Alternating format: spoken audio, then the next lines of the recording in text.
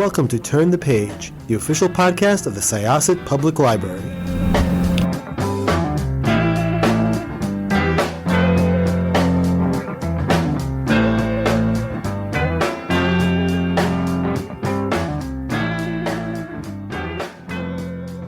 Hello, everyone, and welcome to Turn the Page. I'm your host today, Jen, and I'm here with the author of a really cool, let's say, like story experience, as well as some other really cool, interesting projects. Could I ask you to introduce yourself and the work that we're here to discuss today? Sure. My name is Rick Paulas. I am a writer currently based in Brooklyn, New York, as every other stupid writer is. And the project that we're talking about is a thing called Lady in Greenpoint, theladyiingreenpoint.com, which is the quick rundown that I always give is just it's a 3-mile walking audio ghost story set in Greenpoint, which is a neighborhood in North Brooklyn, just south of Queens, that I have lived in for the last few years and really enjoy, and wanted to kind of make something that sort of commemorated my time here, I guess, or just something that I could leave behind whenever it is I do move to the next place, and is a mix of fiction and historical research about the area. That's my dog. That's like Oh, hey, I love when we have like animal guests. That's always a welcome. Welcome. This story is so cool. And when I happened upon it, I was like, I need to do this immediately. And it didn't happen immediately. We waited for the weather to get nicer, but eventually it happened. And I lived in Greenpoint for one brief year from like 2014 to 2015. And we still spend like most weekends there. It's just like it's one of our favorite places. And this tour was such like a nice kind of reintroduction to the neighborhood because, when you're just visiting on weekends, you don't really get to experience a neighborhood the way that you do when you live there. And the tour sort of like invited me to like feel some of that again. So yeah, can you just talk a little bit about like, let's look back for a second. Like you talk a little bit about your career as a writer and sort of like how it led you to this project. Sure. Yeah. I have been currently I have a copywriting job, and I have for the past like 2 years. Before that, probably for the last 15 years before that, I was a freelance journalist writer. And so it was really just kind of, pitching to eat, and kind of like whoever would buy something, whether it was, a long investigation-y kind of thing for the New York Times, or a 50-word how to get a CD out of your Prius like piece of content. It was just whoever would pay money, I would just write by. And so and like during that time I did experiment with like some fiction here and there, but as far as this audio thing goes, it was really the first time that I had sort of delved into that medium. And it was just one of those ideas that I had I have experienced other audio plays before, and like I definitely had. There were a handful of ones that I wrote during my time in the Bay Area that were kind of these like experiential kind of just fictional scavenger hunt kind of situations. And it just was something I always wanted to do, and it felt like this was, and Greenpoint is a very like sort of contained geographical space that I could kind of work with in a way, because it was something that like if you're familiar, but if any listeners aren't, it's kind of like surrounded by water on 3 sides and then a highway on the 4th side. And so it's something that's very you could kind of, while it's in the center of New York City, it is very much its own thing. Which is sort of rare in New York. I mean, there's certain like neighborhood vibes for sure throughout the entire New York City, but in Greenpoint, there's something geographically specific about it that I wanted to kind of deal with, or wanted to play with and stuff. And so I knew I wanted to do something definitely in Greenpoint, I didn't know exactly what shape that would take. And then I was just talking to like my girlfriend over beers one day near McGallrick Park, at the Palace, the bar right next door to it. Mm. And just this idea just kind of came from that conversation. And then once it stuck, and once I kind of had an idea of the shape that it should take, then it was just kind of from there, it was pretty, it was just figuring out how to do it, which is, half the fun or whatever. But yeah, it was, I don't know, that's a long rambly answer to sort of get to what your question was. It's great. Yeah. And I'm really wondering like what the writing process was like, like did you do a lot of walking while you were doing it? Because like I'm super interested, in like if you're planning a walking tour, but also it has to sort of like shape to the contours of like a narrative, and have like an arc in a way. That's like a really unique thing to have to kind of shape. Like, how did you approach that? So if we go back, so let's see. So there's the conversation at the Palace, which was a very like instrumental moment for this project. But the year before that, I was trying to write a book set in Greenpoint. And so there was maybe a year before that was research, and then a year of writing. I think I got maybe 60,000, 65,000 words in something. But I just couldn't get my handle on it. I couldn't like figure out what to do with it.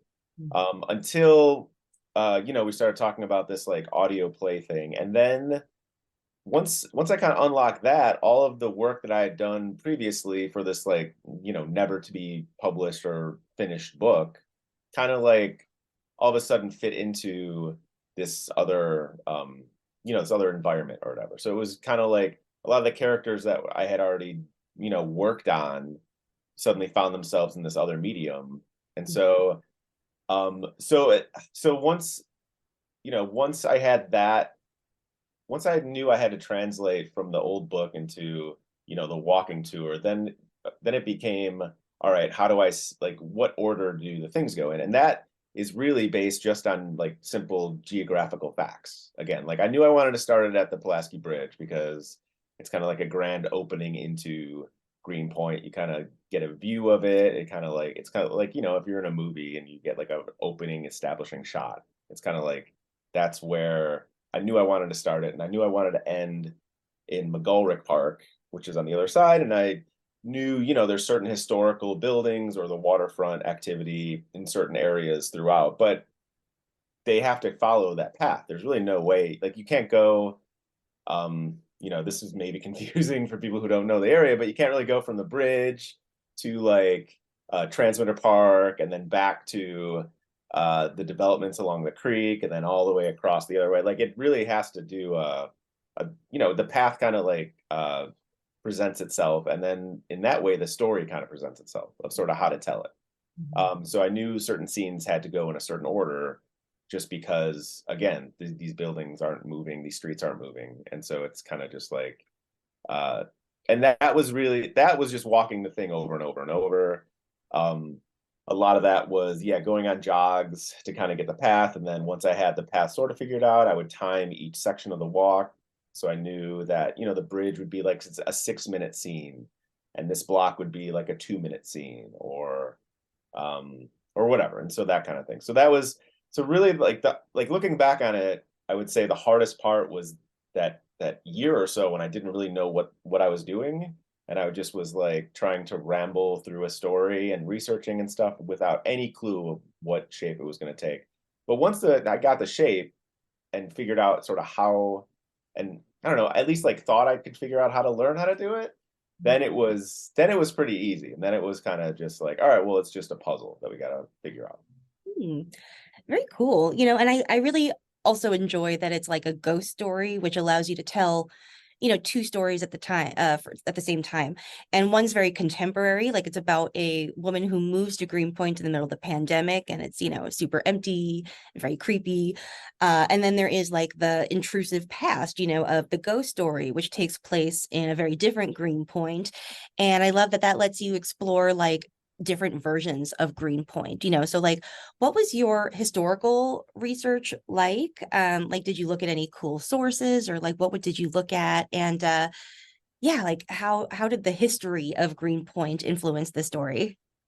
Yeah, I mean that was a big was super instrumental, especially with that first year when I was just kind of writing the book. So I would like, yeah, there's I read every history book I could get my hands on, just talking to neighbors and people who lived around, mostly at bars and stuff, just kind of like trying to get the history from folks and things like that. Like a lot of websites, nothing that's like sort of, nothing that I would say was super unique. There was like a handful of books that uh dealt with, yeah, just like local history that were kind of self-published that I found online pretty easily. But yeah, definitely like I read those, and from there is where I constructed the characters.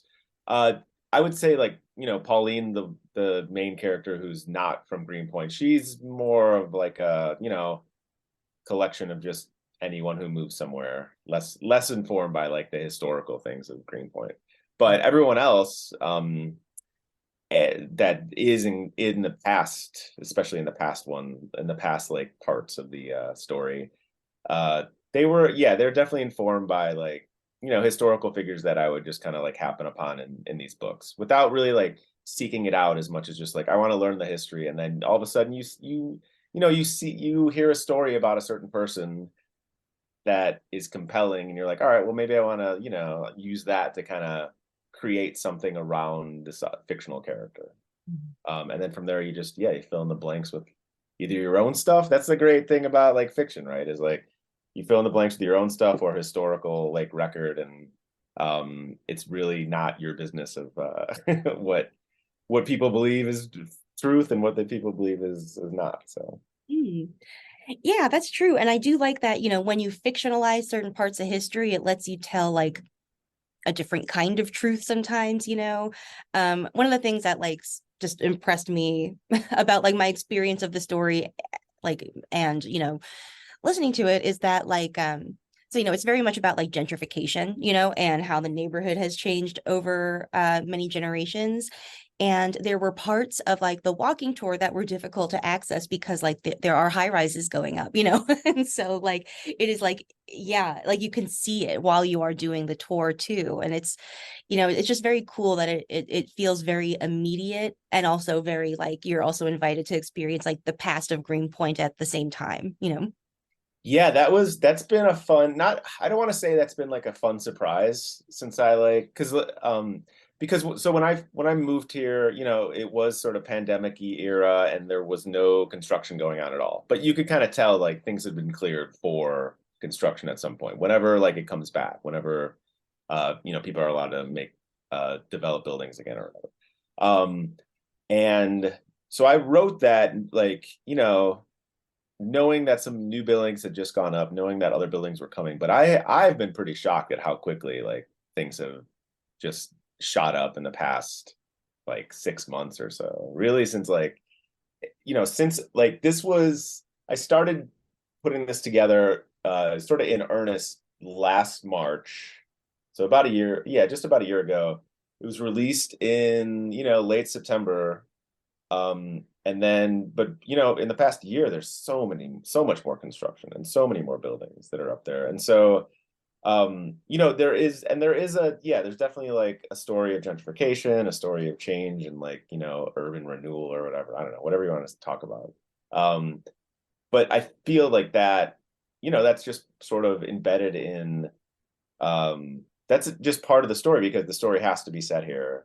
And therefore just being around this all the time, it's tough to kind of get away from it. Like it's tough to you hear every day around like 9 o'clock or 10 o'clock, you start hearing like the machines pounding the earth as they start building whatever new building. And it's like that's going to inform whatever I make now, because I'm here and I'm sort of just experiencing that on like a day-to-day. And so I don't know. That's just kind of, again, I think it's just kind of like, putting your hand to the ground and kind of seeing what's around you, and then trying to be some type of like,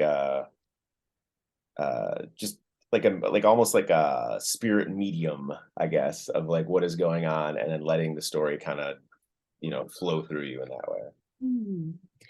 I would love to know kind of like how you narrowed down the places that you used. Because some are, like rightly so, like Greenpoint landmarks, like in particular, I just like the part that is set at the Astral. I actually, before I moved to the neighborhood, I looked at an apartment in that building and it was like awful. It was like covered in like, like the 1/4 inch of like the rubber industrial paint, just like everything, and I was like, this is not, but it's like a really cool historical building. And some other places are like a little less obvious, and so I'm wondering like, how did you, like, are there like favorite places that made it in there? Like, how did you kind of navigate that? Yeah, so like the Astro was definitely one of the top, like, draft picks or whatever, right? Is like uh that's such an evocative building, and it just like at every sunset it just like captures the sun in such a very like interesting way, where like one side will be completely in shadow and the other side will be just like completely bright. And so that was always, and it has like a very interesting history too, and it's been around forever, and like, so that's one that always I knew that would have to be in there. There's something about that stretch on Manhattan where the church St. Anthony's is, and just that like that's just that stretch of like stores that's right there. And I think there's something about like the slant of the hill that I like a lot. Going basically from that old bank that's been abandoned forever to the church. So I knew that block I wanted in there. That I mean, McGolrick Park, I think, is my favorite park in New York City, and so I think that's there's something very I don't know what it is. I'm still trying to piece it together, but I think it's because it's surrounded by so many of these like 2-story or 3-story buildings that it feels very like you're nestled in something, I guess. And it has that colonnade in the middle of it that's very evocative, or I don't know. And so there's that old building at Transmitter Park that I like a lot, because that's again like very historical, and it kind of has like that was just where they used to have the transmitter for the radio station and stuff like that. And so I would say those, and then the Pulaski Bridge. I think, and the Capri Sun, that's the thing. It's like you start like talking about all these ones, and you're like, well, of course they would have to be the ones that like end up in there. But that's just because that's my own personal like, a lot of it is just like walking and seeing what inspired me or whatever. And so like it's tough to there really was no like there was no goal other than if I found it interesting, then I wanted to learn the history of it, and therefore it becomes part of the story. And then it would have to fit on the path. So if it didn't fit on the path, then too bad. But it was really just kind of like a gut level of like, I get a certain vibe from this place, and so I want to write a scene that's set there. Hmm. Yeah, it's very well chosen. Like it does introduce you to, a lot of the places, like if that you're new to the neighborhood, like you definitely want to see them, like, so it's great like that. And it does have those little like local neighborhood secrets that you feel kind of like an insider too. Like if you've never, been to Greenpoint really, like I would just love to do tourism this way. I feel like, like it was fun to do it for a neighborhood I knew really well, but it would be a super cool way to encounter a place for the first time too. Have you ever thought about like writing more of these set in different places, or is this like a one-time experiment? Or you said you did other ones right before, or I didn't produce them. I like went on them. oh, gotcha. So yeah. So it was like I mean I have I don't like I have an idea of one that I'm kind of working on now. I don't know if I want to talk about it too much yet, because it is kind of just like, I don't know if I will get to it. It's one of those that like I have to kind of figure it out, and it's actually I don't know, it won't be for another few years or whatever. I mean, I would like to do another one of these. I think that the the problem is just I don't know how to do one of these if I don't live in the place. And Yeah. so I don't know if I want to do another one in Greenpoint, but I also don't know where I would move to next. Um, and so I like part of me, thinking about where I want to move to next, whether that's in like a neighborhood in New York or that's outside of New York or whatever. I think that it would almost have to have a component of like, it would have certain aspects that are like this that would lend itself to creating something like that.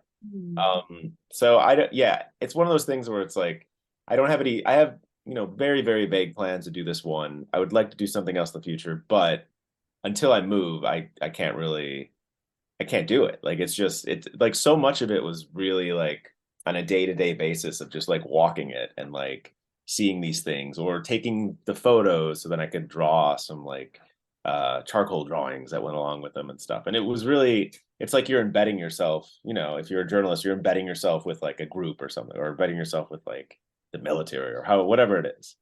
Yeah. And yeah, so I just don't know how to really do that other than moving to somewhere and then like spending a few years and learning about it. So it would be tough to replicate, but I would like to try at some point. Yeah. That is a good point you bring up, that it would be really hard to just approach a new place and put something together like this. But I enjoyed it so much, and it was such a really nice way to experience like a favorite neighborhood. There was one part in particular where you're walking up Milton toward the church, and I had never seen like the church from that angle, just because like my commute never took me there. None of my favorite spots like ever just took me up that street in that particular direction. And I'm like, oh, this is so great. Like, I'm so glad I saw this, and it's just really cool the way that like, it does really feel like you're a part of the story in a way that like you don't get when you're just listening to an audiobook at home, Yeah, it was really like, and I was thinking, I don't think I figured this out until like I was a little bit into it, but it was just kind of like, it is kind of, you're like making a movie essentially. It's just that the person walking is the camera. And so it's kind of like whatever, theoretically what they're seeing is what I'm seeing, which is subtle movements if you're walking up an incline or walking down a hill a little bit and things like that. Or like you said, yeah, like that church kind of just like presenting itself in a block. And so I would sort of write to that, and yeah, write to it and make audio to that or whatever. But it is kind of just like, instead of like a movie, if a movie is just like images matched with sound, it's like, well, the images are there, they're just kind of part of like the actual world, and then I just have to match the sound to it. And so that was like I think when I was putting it together, that was kind of like a big moment of like, oh, it's just a movie that like just whoever's doing it is actually the camera. That's a super nice way to think about it. Yeah, that was it was great. Before we part, I was hoping you could talk a little bit about your other one of your other projects, rather, the Palmer Hotel, which I heard about this story first, and then I heard about the Palmer Hotel in a tweet reply. So treat this like a random CNN tweet and tell us about the Palmer Hotel.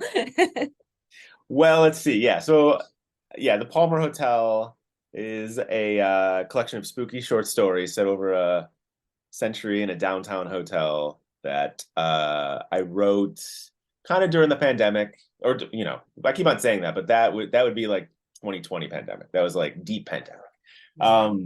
And so I just it's initially it was published on like a Substack form where it was like one story a day through October of 2020. So there's 31-ish, I think there's a few extra stories, but about 30 plus stories that all take place in this fictional hotel, and they are somewhat standalone. There are certain connective tissues for them.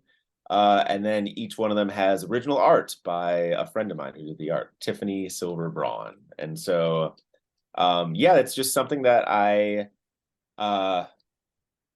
just wanted to do, I guess. And then I knew that I could sell enough to kind of cover the cost of printing them, which I did. And now I'm kind of just trying to get rid of the other copies. So I printed 1,000 copies of them. I got about 250 left. And if anyone wants one, please reach out, Venmo me $15, and it'll be in your mailbox in a week or two. Well, that's great. Well, I hope everybody does pick it up, and I hope that they listen to this story and, kick you a few bucks for that, because it really is a beautiful experience. So yeah, thank you so much for stopping by the show and talking about your work. I really appreciate it. Thank you so much. Yeah, this was great. All right, listeners, please listen to The Lady in Greenpoint and check out the Palmer Hotel. Thank you for joining us. It is now time to close this chapter. It's time to close this chapter of Turn the Page. Join us for the next episode.